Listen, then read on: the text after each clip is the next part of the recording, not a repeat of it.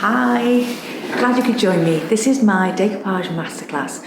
I'm going to show you how I decoupage vintage furniture, like this, with wallpaper.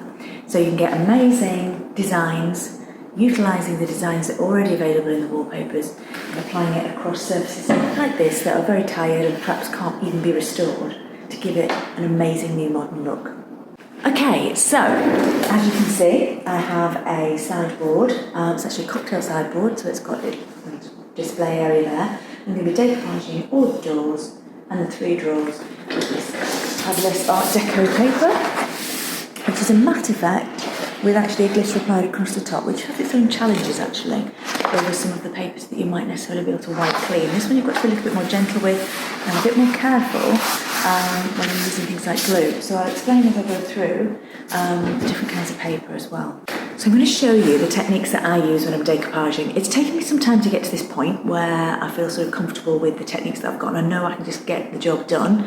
Doesn't mean to say that I don't make mistakes. I don't know, with a bit of paper that's been wasted or a cut in the wrong place. It happens, you know, it's not the end of the world. It doesn't mean you're rubbish, you know, people could start again. But what I know that I'm not good at is very, very precise measuring. I'm much better by fitting the paper to the piece, feeling my way, sort of judging it, lining things up. That's much more my technique. And so if you're not very mathematical, perhaps not very good at doing sort of cutting something accurately and then fitting it on to perfectly sort of suit the space that you're designing for, this probably will work. This is much more like, say, tailoring. And so this is what works for me. Okay, first things first, let's talk about how I prep the piece, ready to decoupage. So I've cleaned it thoroughly, I've scuff sanded it in order to get the surface ready to help the paper stick in the best way possible. So that's just with a 180 grit sandpaper going over the surface. Now, this specific piece has had a bit of a hard life and the varnish was pretty much crumbling off. So with 180, a lot of that has actually come away. With some sort of more intact finishes, or perhaps thicker varnishes, you might find a scuff sand just breaks the surface but doesn't go through to the wood. Whereas I know I've got quite a bit of actually raw wood here. So what I've done after it's dried, sanded, ready to go, dusted it all off, is I've actually, in effect, primed it or sized it with some PVA, which is the medium I use to stick the wallpaper down with. And I've just done, I'd say it's about 10% dilution. So instead of it being a sort of very sticky, thick consistency, it's got sort of more of a pouring cream consistency. So just slightly loosening it a little bit. And then I've done, basically I've just applied it across the surface in the same way that I will when I apply it in a moment to actually put the wallpaper on. So you'll see it then. But all I've done is just apply that, and that effectively seals the wood and stops it sucking up all of the glue from my paper, which could then just peel away. So I've left that to dry. It dries pretty quickly, ready to go. So that's a good tip, really, if you're working with a bare wood, is to size it first, or effectively prime it with glue, so that it seals the wood. You could obviously use a thin coat of paint, and that would have a similar effect, but obviously this is a much cheaper option to do it this way. Also, I've then gone ahead and just painted the very edges, so at the tops of my cupboards and the tops of the drawers. There we go. I want those to be black because the paper's black, so that's going to look really nice and smart. So I've already painted those. I've actually overlapped it just a little bit, actually quite a bit. You don't need to do it quite as much as I've done, but you can overlap it just a little bit so that when you have any cuts in the paper, it's a bit more forgiving around the edges. Especially with mine, because the inside's going to be wood, so it's going to be the dark paper and the wood. So it just gives you a little bit of tolerance there on the edge when you're cutting. And I've also just masked off the inside. I did this first of all because I was painting the edges, but I'm going to leave it in place because I don't want any glue to go onto my nicely sanded wood here. I'm going to be quite careful with the glue, and if you spot any, just give it a wipe, because if it dries here, it could go into the grain of the wood, which would make the, when I go to top coat, it could cause it to show little patches where it doesn't sink in properly. So don't let the glue dry anywhere, particularly on the paper or on the wood. If you get it anywhere, you shouldn't do. So, ready to get started. Point to say before I get stuck in is if you are going to be redoing your handles, this is the point that you want to be filling those in. really want to be worrying about that afterwards. So, but mine are okay, mine are going to stay in exactly the same place, so I don't need to worry about that. Next stage is to think about how we fit our pattern to our piece. It's a little bit stiff there. My piece hasn't actually got any legs on, so it's just sitting on some wheels at the minute, which is great for moving it around to show you. It may also move away from me as I'm trying to work, but it just means that the drawers are sitting on the wheels there, so they might get a bit stuck. But we'll work it out. So, lovely fan design. And what I really want to do is just how I'm going to centralise it across the piece so that I've got some nice symmetry going on. I'm just going to pop that on the floor for now. Now, fortunately for me, the width of the paper is wider than the drawers. So what I'm actually going to do is centralise the centre of this pattern. So I've got 5 fans across, so I want to start that middle fan in the middle of those drawers with the same amount of excess either side. And then what I'll do is I will match up the side cabinets with that and then apply it sort of working outwards. So I'll do the central drawers first and then outwards. It doesn't always work like that. Sometimes you've got drawers where they're wider than the width of the paper. It's up to you whether you want to put one solid piece down and 2 edges. I tend to go for the sort of matching the paper in the middle of the drawer, so you've got 2 sides. It is a little bit personal taste, but I think that gives a little bit, you've got less seams to worry about then, really. And then, obviously, if I had the width of it here, I could actually probably take that off the side of the piece. So you want to work out the best way to fit as much of the width of the roll as possible, so you've got as few side-to-side matches to do. That's the way I look at it. So I'm going to start right in the middle, which makes the most sense for this particular piece. So, what I'm going to do, I think, is have the top of this fan here lined up to the top centre of this drawer here. So first of all, I'm just going to cut the paper across so that I've got that top edge square, which is like this. Which is great for making sure you've got a completely straight line, because you can use a flat edge, if you use edge you're cutting that, push the T-square up against it, and then it gives you a perfectly straight line because of that right angle there. So I'm going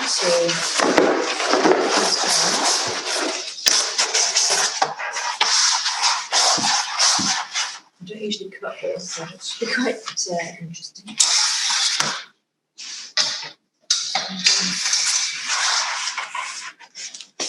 So, I'm just going to line up my mat with the edge of this table, and line up my paper with the edge of the mat.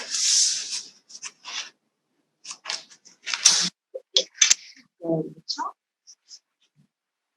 straight, tight against the edge, and take it to the top. Just line up against the cutting edges. And then with a knife,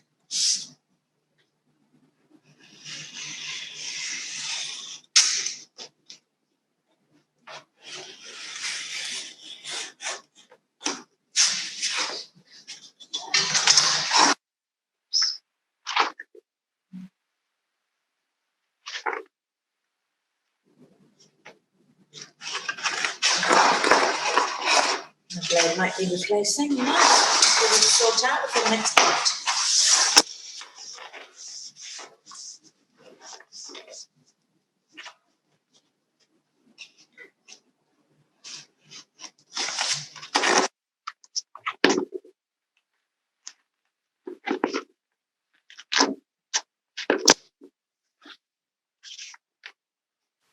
This is, again, just loosened a little bit with a splash of water, so no more than 10%, just so that it's a little bit fluid. Okay.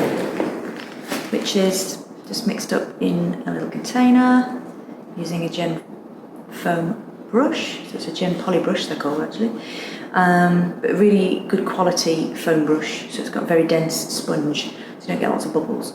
And this again has been loosened with no more than 10% water, just to make it a little bit more flowing, not too thin though. So just literally turn the tap and then really mix it in well to make it a bit more liquid and not sticky. So now I'm just going to, whoops, try and put that on the floor. And then I'm just going to apply that smoothly across the front of the drawer. Because I've already got a layer of glue on there, it's not going to absorb.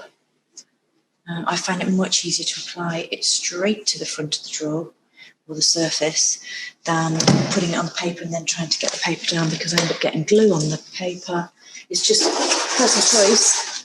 There's more than one way to do it. Now, if you can't do that, do need to do it. It's very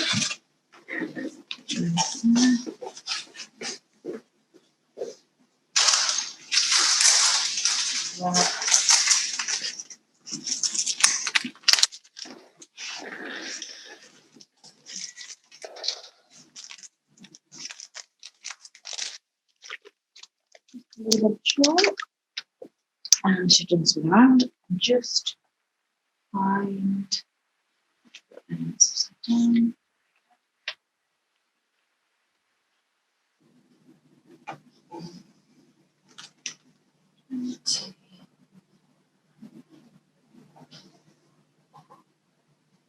Just find the centre point. Little mark. Glue on where I've caught that. So obviously it's had a few minutes. Do that. Just getting the excess glue off my fingers and then drying them so that I've got a little bit of push in my finger pads so they're not too smooth, at the same time that I don't have any glue on my fingers. So I'm just going to bring that up, line up the centre of that fan, the top of the edge of the floor, trying to keep it flat. And then, again, just trying to get the glue off my fingers, but keep them a little bit moist so I can use it to push the paper. Always get tidied up at the end. Let's just slip down. Okay. Lost it there. The other way you could do this is to obviously overlap it and then cut it down. I'm just going to do the first one.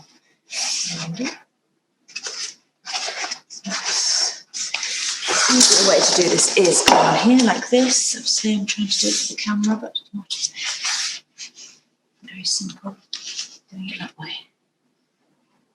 Okay.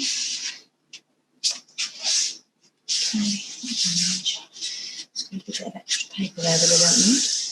Okay. And then I'm going to get my, this is a little bit of foam. So it's like the sticky felt feet that you get. It's just a square piece. It's had a bit of a tired life. This is sort of a newer piece, which as I use it will start to bend a bit more. This piece has been well used. So you've got felt on one side and then it's got that sort of adhesive backing on the other. But I like the fact that you've got two different surfaces. It's not too rough on your paper. You can just use that to smooth out any bubbles. Working outwards, working downwards. It's not a huge surface, this one. Just going to work it towards the end. Just bring this up a bit. See, the easiest place to work on a surface like that. I think it's better to work down on it. Easier when I'm doing the door. Okay. And then what I'll do now is swirl the bubbles. I'm just feeling it really, and that's why this soft felt's really good for that. Better than a card or a brayer, I think, is a bit too tough. Just give it a few minutes. And you might see when the glue starts absorbing the paper, it might start to bubble and wrinkle, so you need to just tend to it and just gently work them out. You might need to lift the paper a little bit more and push them along to the edge. Just give it a chance to absorb because it might start to soften the paper. And then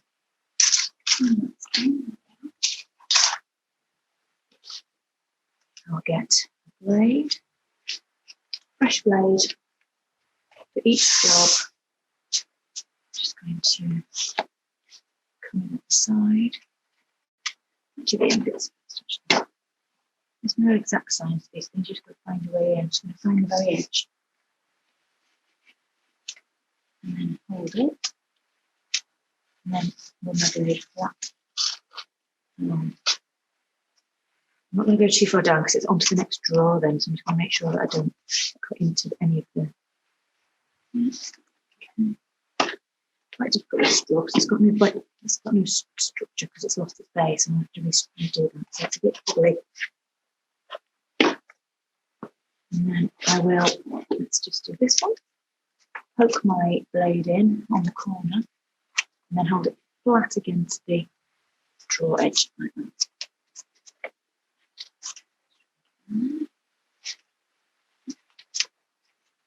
Easiest to position is I'm trying to not get in the way so you can see.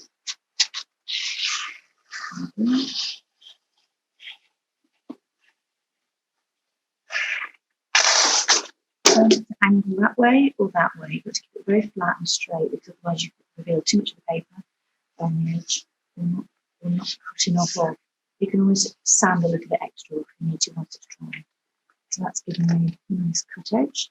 You can see if we reveal it's a little bit white, but we can sort that out in the area. And sort of touching at the very end. And then we'll just do this last side here. Okay. And then we're just poking in gently so I can get to the corner, get to the flat bit. And then just got a little bit stuck there, so I'm just going to stop and start again. Okay. Okay. Just careful with that blade. And that's one. Okay. And literally start at the top of the next drawer. Just pop it down to here and start again, measuring the central point and do exactly the same technique as again to do each drawer. If I had a bar in between, so there was a gap between the drawers, these are actually, they're overlapped, but they do actually line up once you bring them out, so I can actually do the paint continuously down. If you've got a bar there, you could either, you could match the paper to the drawer above with an overlap. So overlapping the bar, and then when you take the drawer out, you can just cut the excess off. Or you can measure the bar, take it to your cutting mat and take off that amount, and then stick it from the top down. So literally, you can just overlap it, top, make sure it matched up with the one above, get it into position, and then glue it there, and then just cut the excess off, and then it should match up when it goes in with perhaps the painted bar in the middle. Or if you've taken a piece over to the cutting mat and cut it off, you could apply it across the bar in between if you wanted to. You want it to be continuous rather than having a painted bars in between the pattern. But these overlaps, so it's nice and straightforward for me. So I'll just continue on the bottom down there. And when I get to the bottom, and then I'm going to start working on matching up the doors and the pattern on the side.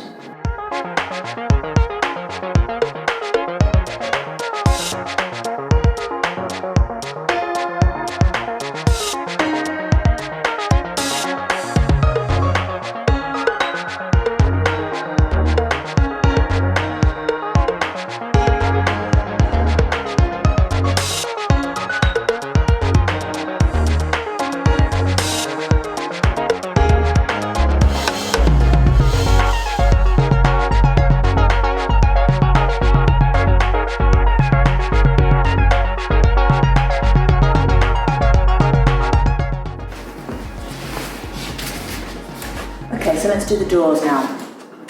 I'm going to do each side separately, matching it into the middle. I'm going to take a length off the roll like I did for the drawers and then work with that.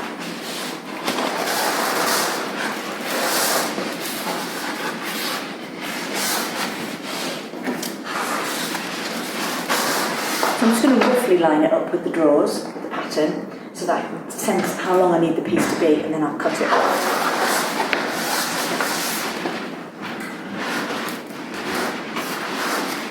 I don't want to cut off more than I need to, so I'm just going to leave a little bit at the top.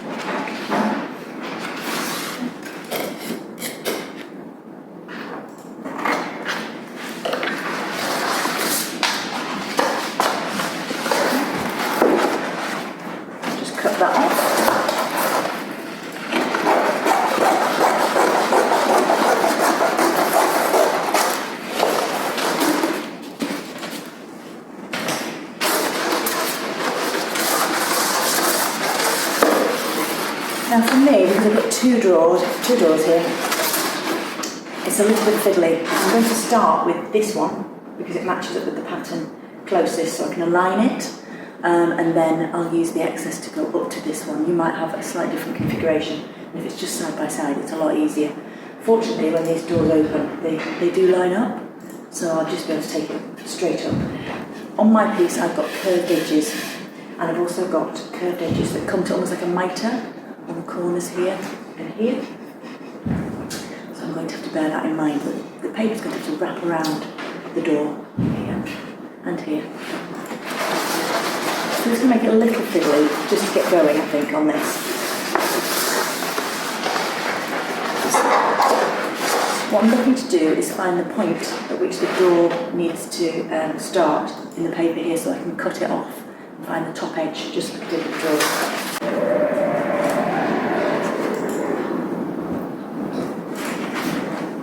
So I'm just going to pull this forward and then overlap it to get the match.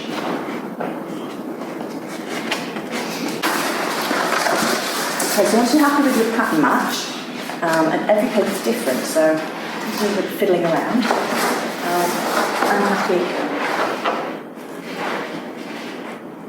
there matches, so I know where I'm going to place it when I apply the PVA. I can come back and put the paper over the top. One thing you can also use to help you line up your pattern, to make sure it's actually straight on your piece, is something like this. So this is a laser level, and let's just turn it on. I'll show you. Just be able to make out the crosshairs there on the piece itself, you see? So I can actually put that onto the door here, and it will create a crosshair which shows me the vertical and the horizontal, and I can line up the pattern on the paper, so that make sure that the line goes straight to the centre of the arches. I know that the paper's lined up. That's a good thing if you haven't got something to line it up against. You try to make sure it's straight. So just have that in the background to help me, because I'm trying to line it up against these drawers in one go, but these drawers are actually sitting a little bit lower than they will be when the legs are on. So I'm going to use this one mainly, so that the top of the door and the drawer are lined up, and then I'll use the laser level to make sure that it's straight on the door, because these are moving a little bit inside on their tracks. So just a good insurance policy, I guess. Let's get back to where I was.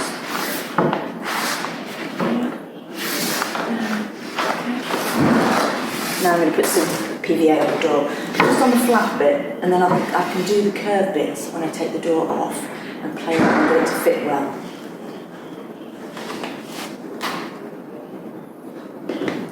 This will just hold the paper in position when lining it up, and then I can take it on reference.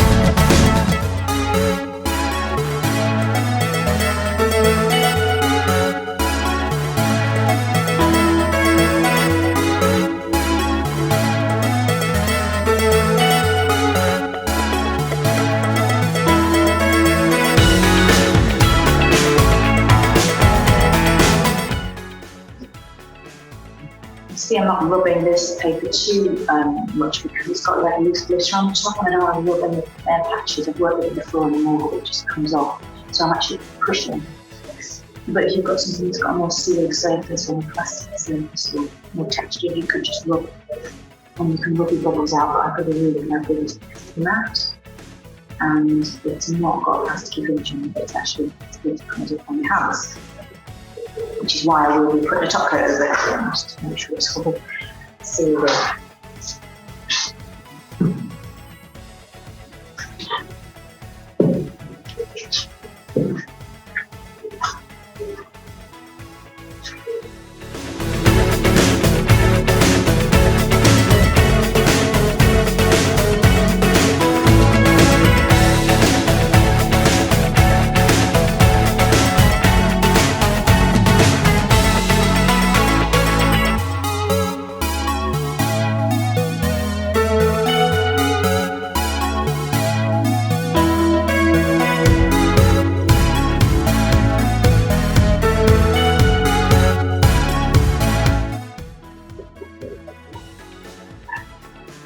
Pinching that corner in, so it's flat on one side of that movement too, not really fluid. You may need to add some extra glue because it will push it into the paper, so just put a little bit extra move that hand. Just use my finger to find the edge and then poking a glued point in, see where the image goes.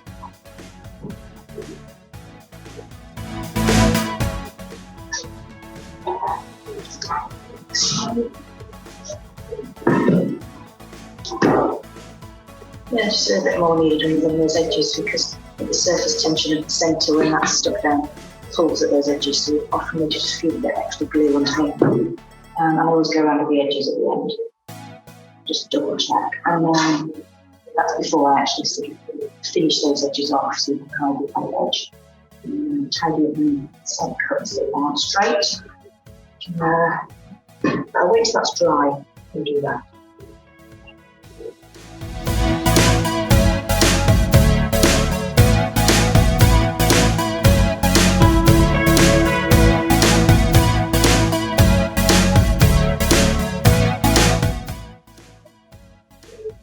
Sometimes you can use it neat, so not the watered down video for the bits that you want to touch up because then it's a little bit sticky.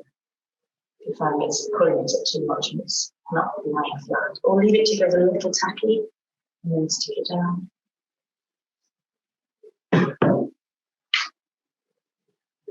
You might put that a little neat video in that, then I'll come back to it. So that's pinched in.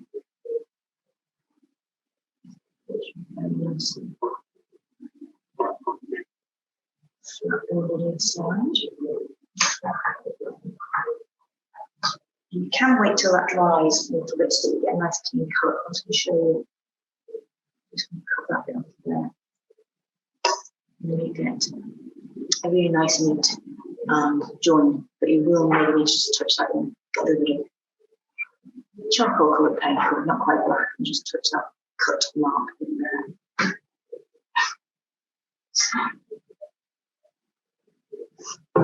Let's just speed that bit a little. That's it. Play around. See down here. Side different shape. Push it all the way up one side and the other, a bit like a upholstery, and then just make sure it's flat for you as well.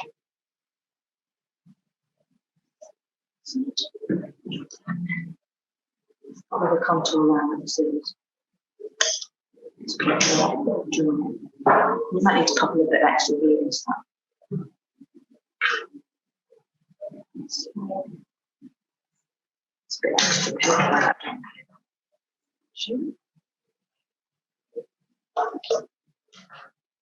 This is why it's good having painted underneath, so there's a little peak. It's the same colour. So just going to push it together. Because they will sort of retract a little bit as it dries. Just going to keep them pushed together.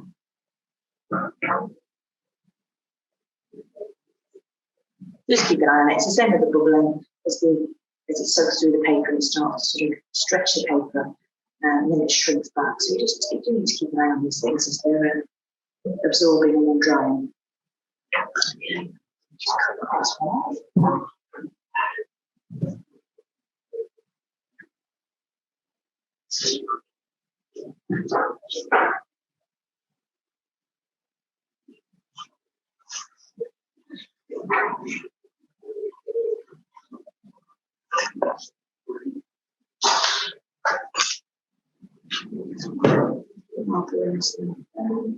Some of these edges are just lifted and moved about.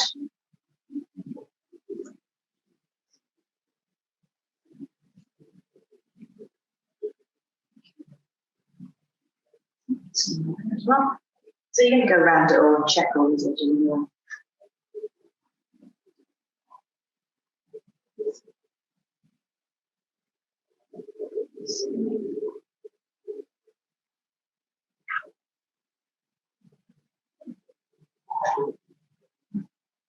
Paper because it shows through on it.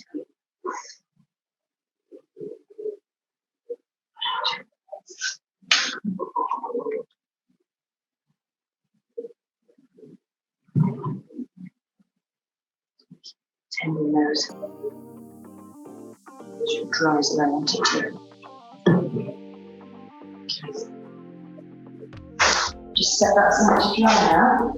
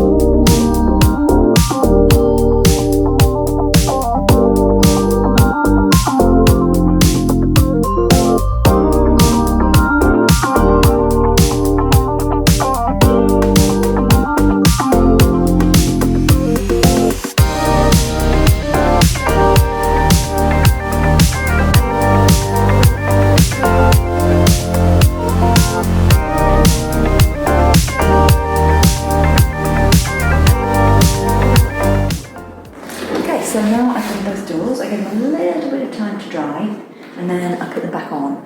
I suppose to make sure I don't catch any edges and gently, because they're not totally dry yet. And then I'll come back and do the touch-ups, as I was talking about before.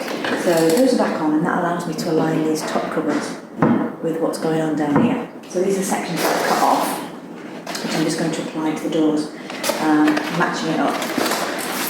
Very similar technique to the one I've just done actually. So all you need to do first of all is to put the PVA on the actual door here. I'm just going to centre check, and I'm just literally going to match it up with where I've cut it off from basically.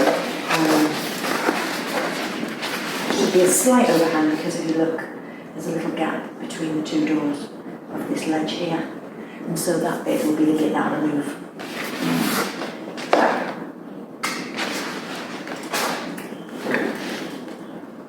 PVA.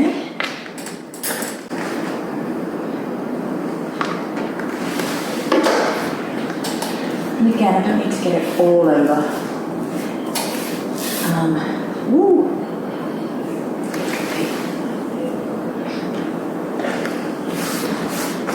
It's the apron, and then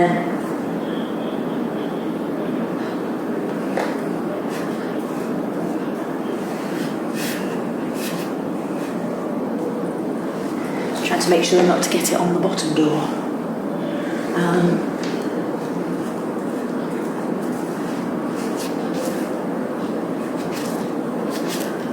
Simply because I was saying about this paper being a little bit more porous than most papers. I'll show you some examples of the different kinds of finishes. This one in particular shows up glue marks and isn't as wipeable as some papers you would get. So I'm being super careful, but it doesn't hurt.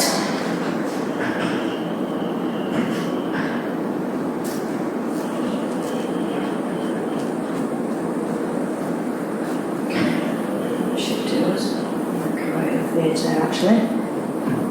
The more paper that's glued down, the more paper that's out of the way. A bit easier. And literally line up to the paper door below. And then get my crosshairs lined up too. And then what I need to do, make sure that I don't move it obviously.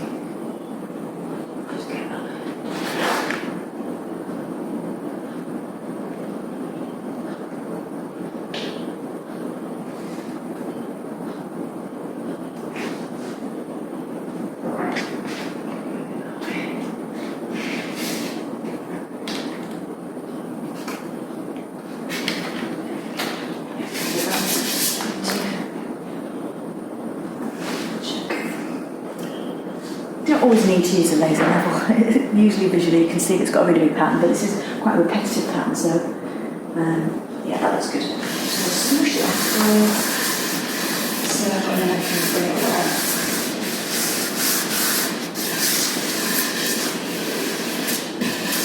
Now this paper is quite thick, so it doesn't bubble and it doesn't stretch as it gets the glue soaking into it. Some papers do, and you do have to manipulate them more, and you might have to lift it up, push. I have to lift it up and push the bubbles out. Obviously the glitter on this, I'm being really careful not to over rub it, but just lift, and you work it out from the centre so that all the bubbles get pushed to the edge as you go. Glue hands again.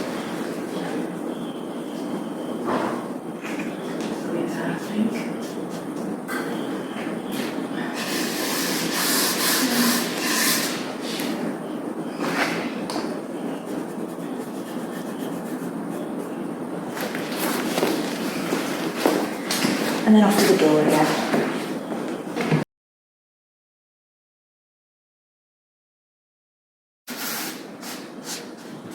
It's the outside, that needs some glue.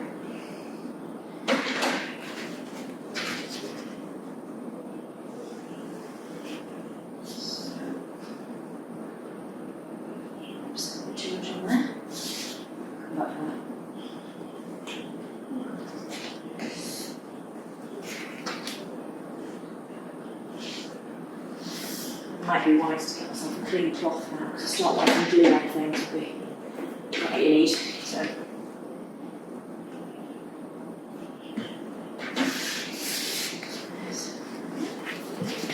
I'm going to press, you might have to rub to get that to really stick down. Obviously I know that bits of glitter are coming off because I'm doing it. Around. A little bit more in here. As I say, the tension of the centre sort of sticking down and pull these edges back. So just that needs double sticking.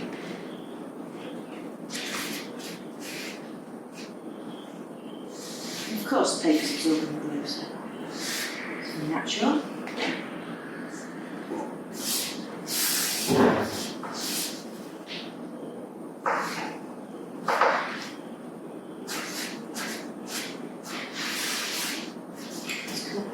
So what I tend to do with these ones with the curve is you fold them under. And that helps hold the paper down.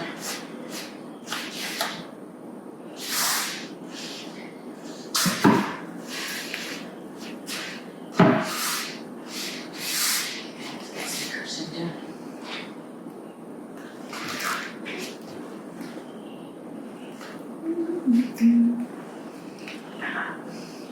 There technique on it. So for this one, I'm going to start right in the centre, find where the middle is and poke my blade in, flat against the wood.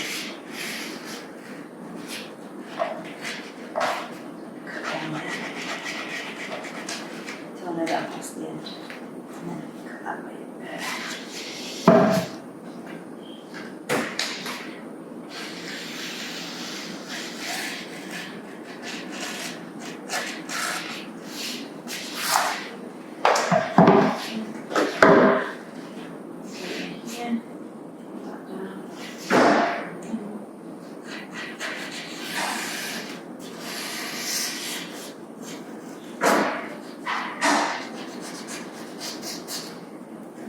This on the edge there.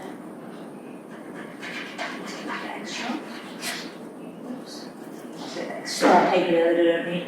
I'll show you once it's dry how I touch these things up because things happen.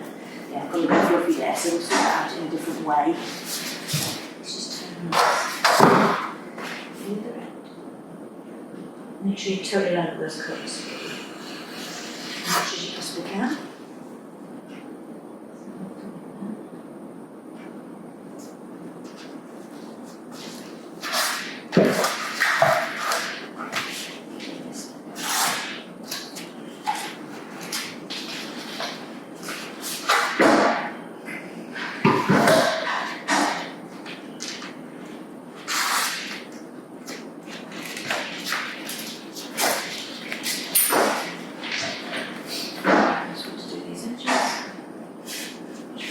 No, totally well.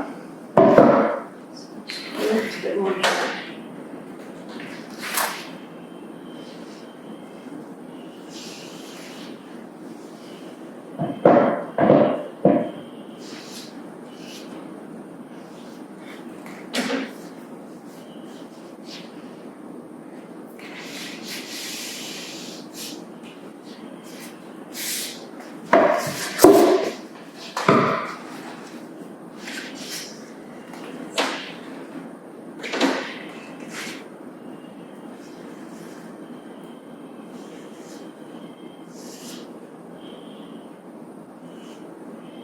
I'll leave this for a bit, let it go off a bit before I cut it.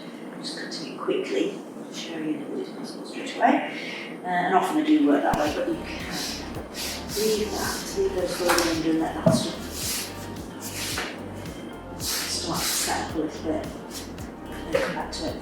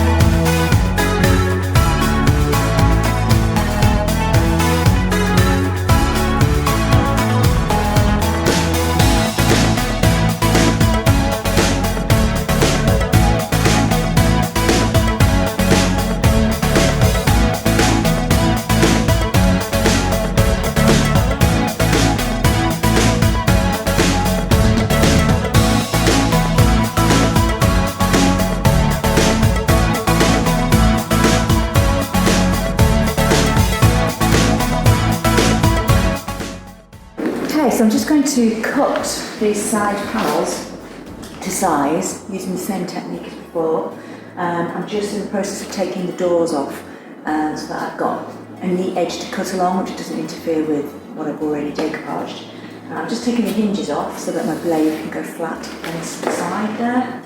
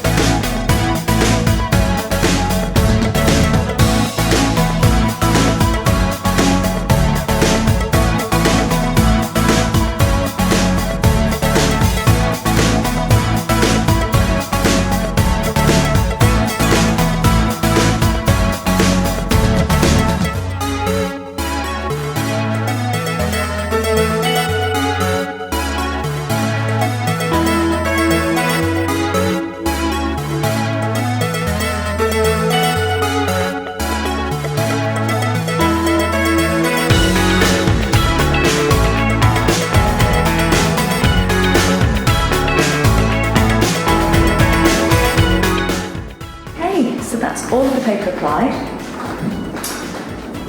All I'm going to do now is go over the piece with some neat PVA and a small brush and just catch some of those edges which might have come unstuck where they've perhaps pulled a little bit or maybe the paper soaked up the glue. So I'm just going to go around, give those a bit of attention, then I'm going to leave it to dry overnight before I do the finishing touches.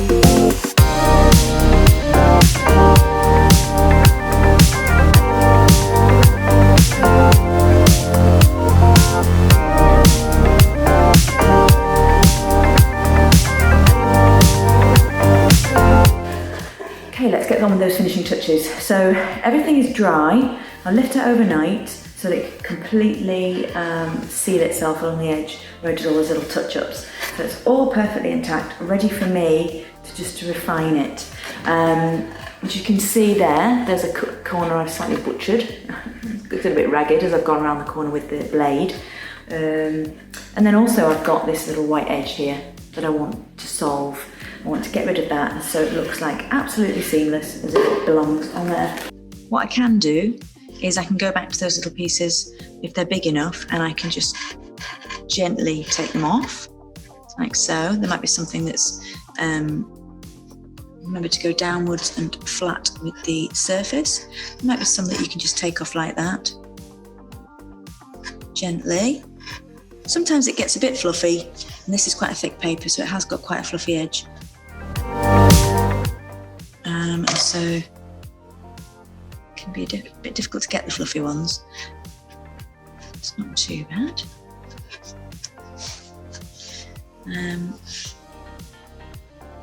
Just reminding myself to always go down, because then you don't end up with cutting into the front of the paper.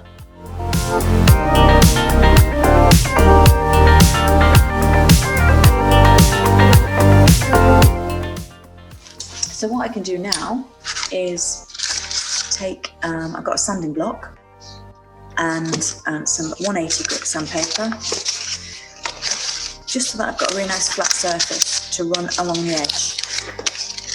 You can use a sort of free-form sanding block like this, if you prefer.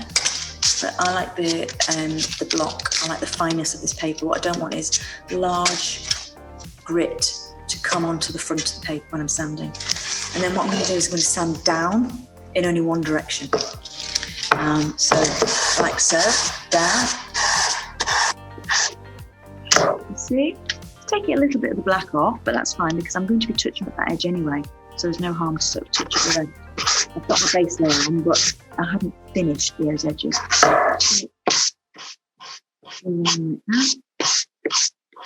What that does is it actually softens that edge as well. Makes it, you just take a little bit of the colour away, but I'm going to be touching that up anyhow, so that's all right. But it softens that edge and almost tapers it down.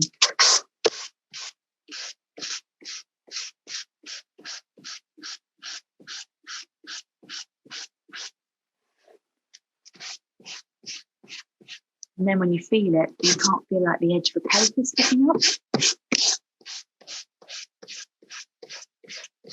I'm going to go around all the edges that I need to smooth off like this. If you're spotting little bits that have lifted again, you can just stick those back down again. Wait for it to dry before you sand again.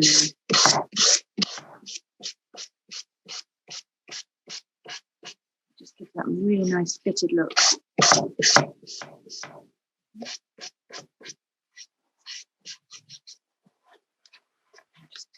I'm trying not to go across the paper, try to go down, because if you do that, you're going to take too much off the front. Most of my pressure is in the middle on the edge though, so I'm not scraping it down the black. So I'm putting it sort of on the edge there and going down like that. So where I'm pressing is right on that edge, but going down.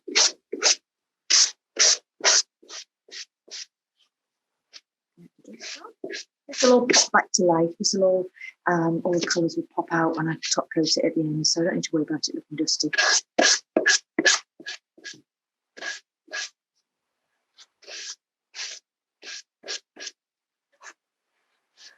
Good. This is where I'll take my masking tape off here.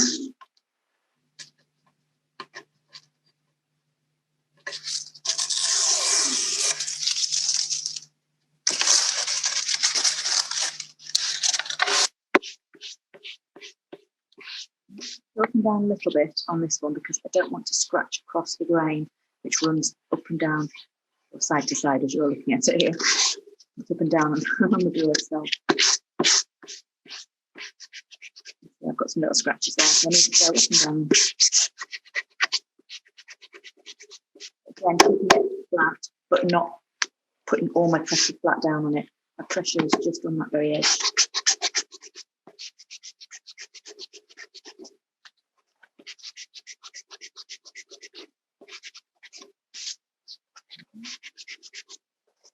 Got a nice smooth edge there. So now I just need to tidy that up so you can't see any difference in colour.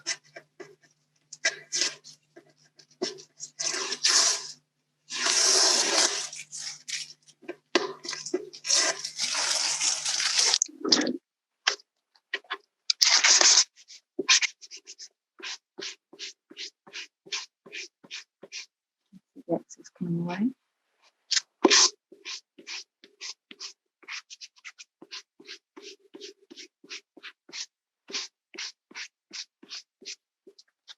You can barely see the drawing there. Because this one isn't a bonded surface, some of the black is actually transferring into that white edge. So it's softening it off quite a bit, but I might still want to touch that up because that might then move when I put the top coat on. So I need to make sure it looks just right. It's a bit tricky to get into the hinges here, so I might just have to do it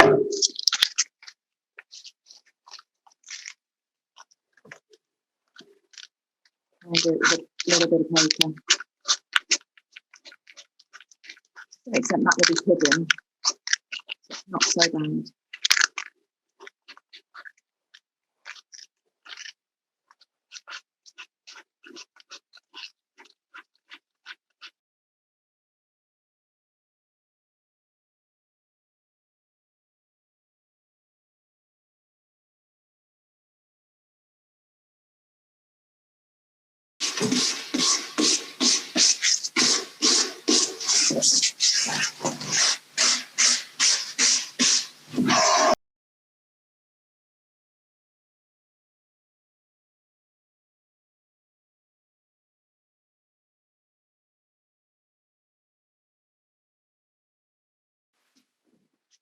Doesn't always need this much. This paper's got a particularly thick, fluffy back. When I've cut paper, the last one I did, the Divine Savages one, when I cut that, there was virtually no excess because it actually had fibres in it. So it was this is much fluffier and softer and breaks up more. That one you can actually see there was fibres through the paper to make it stronger. So it cut a lot easier. They're all different. And if I'm quite honest, having done a piece with this paper before, when I started on this one, I thought, I forgot how difficult this paper was to work with and how careful you've got to be. So I've definitely done a better job of it this time than I did last time because I learned about the PVA drying on the surface and making it go white. So, yeah, we learn as we go along, don't we?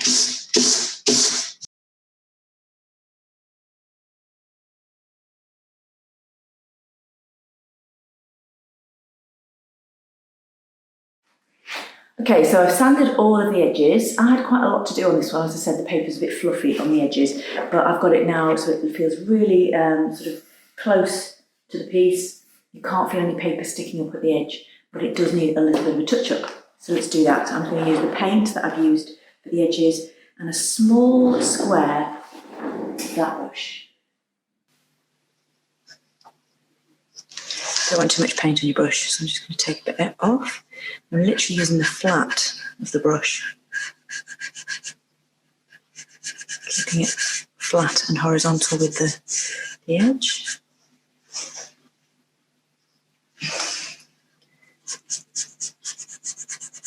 Just checking I don't need to sort of go slightly further over the edge, but again, just using that one sweep sort of point on the brush on the very edge of this, where the corner meets.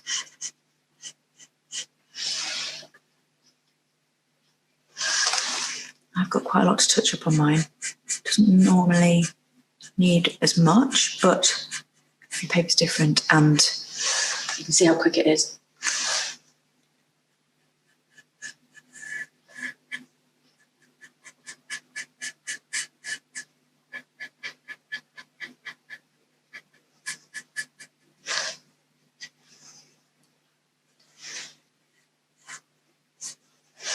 We come back and use a slightly bigger brush just to tidy up the rest of the paintwork where the sandpaper's hit it. Where you've got a piece of where it goes through to the bare wood like this here, you might need to put a bit more paint on. Might need to come back and do another coat.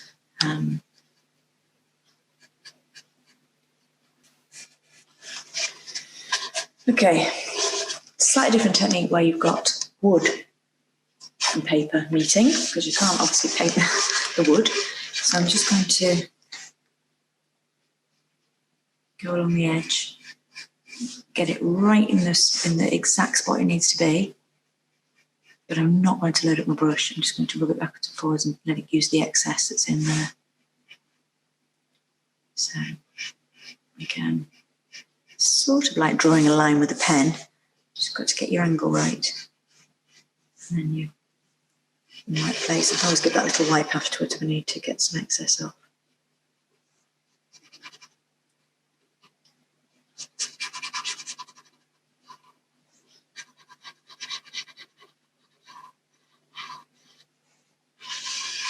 Okay, looking good.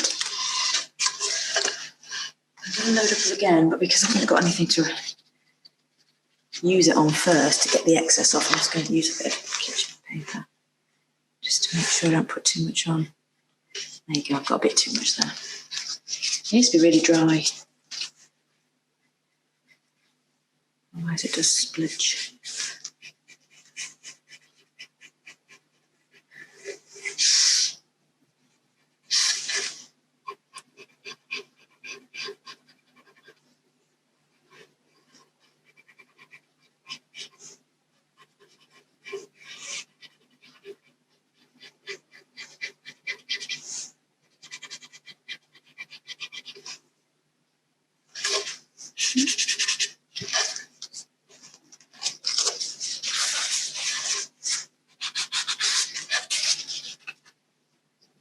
I need to be a bit careful of getting paint on my paper because the papers are like a charcoal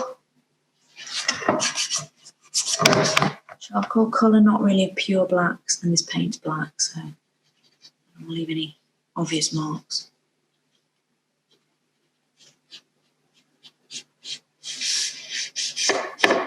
Okay.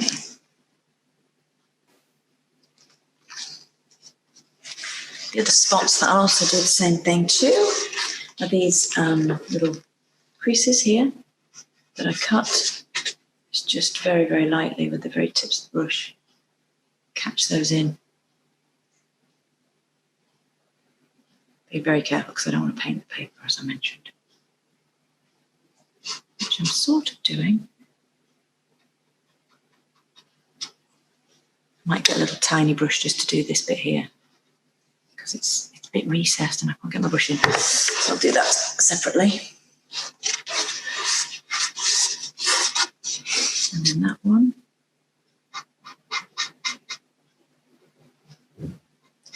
It's a bit easier because it's sticking out, the white bit. Perfect. Disappeared.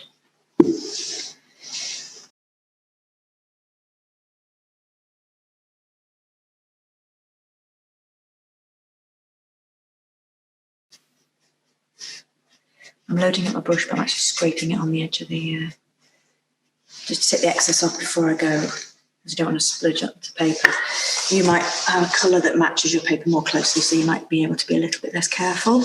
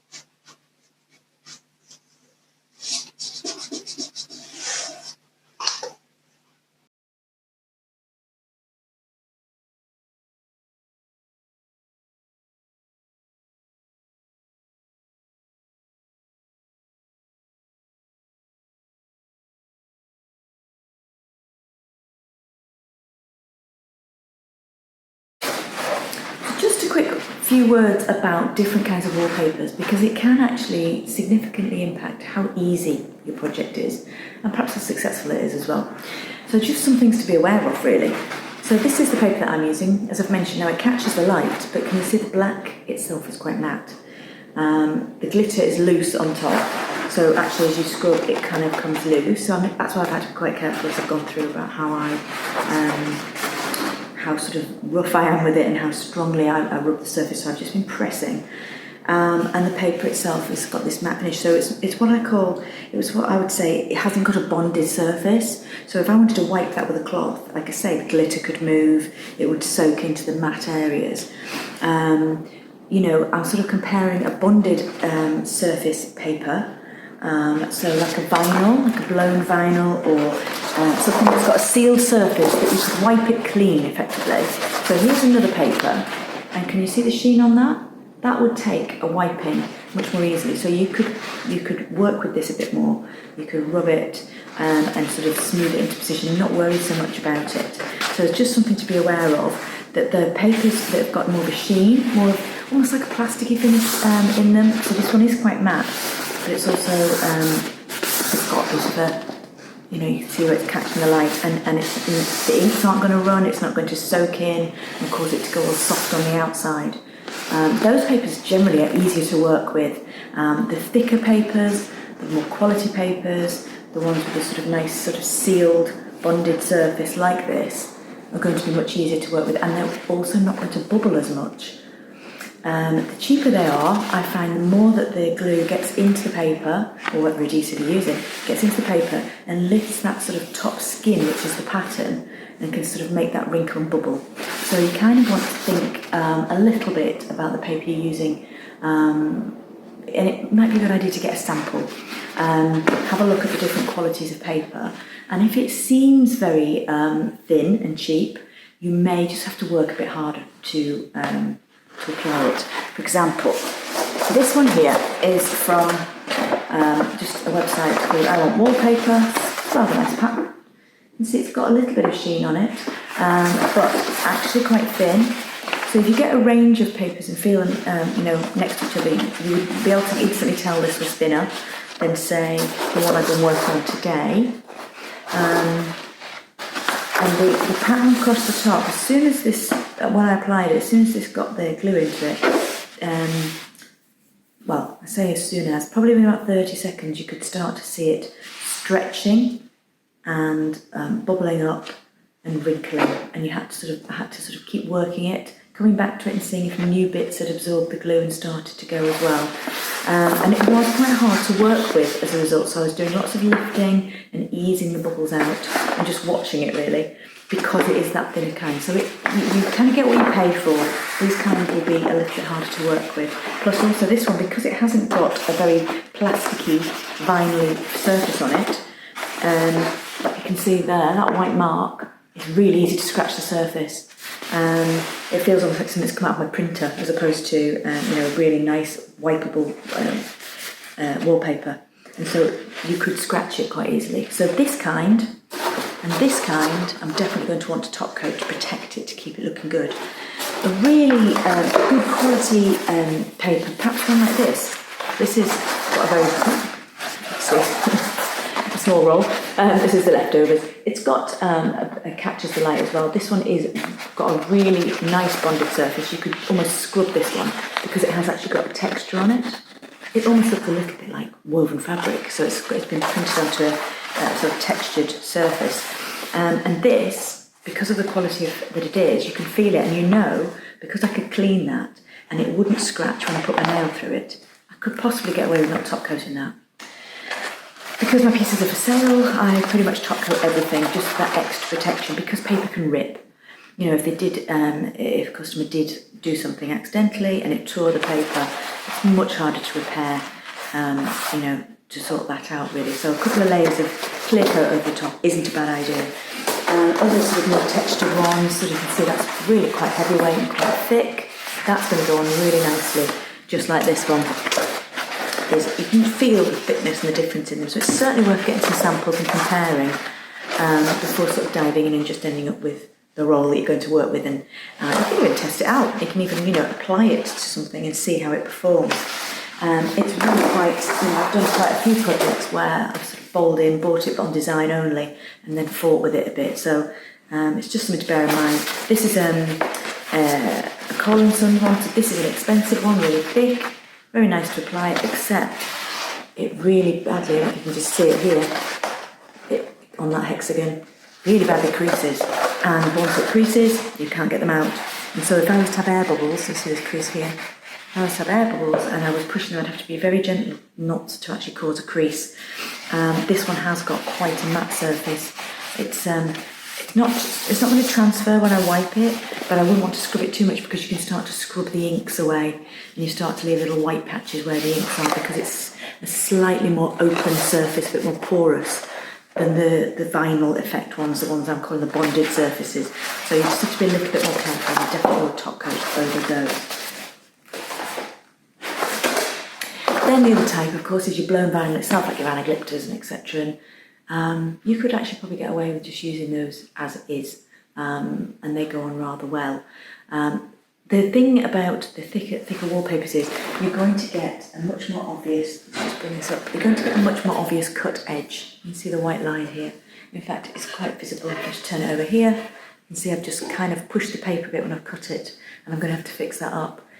The thicker the paper, the more obvious you're going to see that white edge around the edge, and have to think about ways to resolve that. There is another approach, which is to actually take the design off the wallpaper, literally by rubbing away the backing. So you soak it and then you kind of you rub it away, and all of this backing sort of balls up, and you're left with just the design, which is obviously very thin. It's almost like a transfer, which apparently gives wonderful results because it's you get a really thin skin. However, I personally know that I would get in a complete mess trying to do that, and I would end up wasting paper because you've got to get it from the sink, you've got to get it to where you're doing. You don't want any creases, you don't want it to fold underneath. I think that would be quite terrifying personally. I'm quite clumsy, I'm quite messy, and so this, you saw how it was hard just to keep the curl paper from going onto the glue itself, and you have to be a bit sort of like an octopus. So to try and do that with a very thin tissue-like design, I think would just be too much for my heart. So I do it this way, and then what I do is give the sort of perfect the edges so that you can't tell that it's actually been applied to the front.